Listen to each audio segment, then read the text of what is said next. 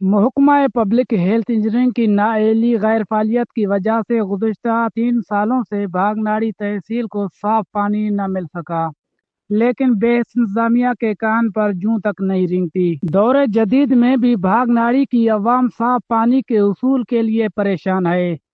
کروڑوں روپے کی لاگت سے 3 واٹر سپلائی اسکیمیں دی گئیں، لیکن پھر بھی عوام کو صاف پانی نہ مل سکا۔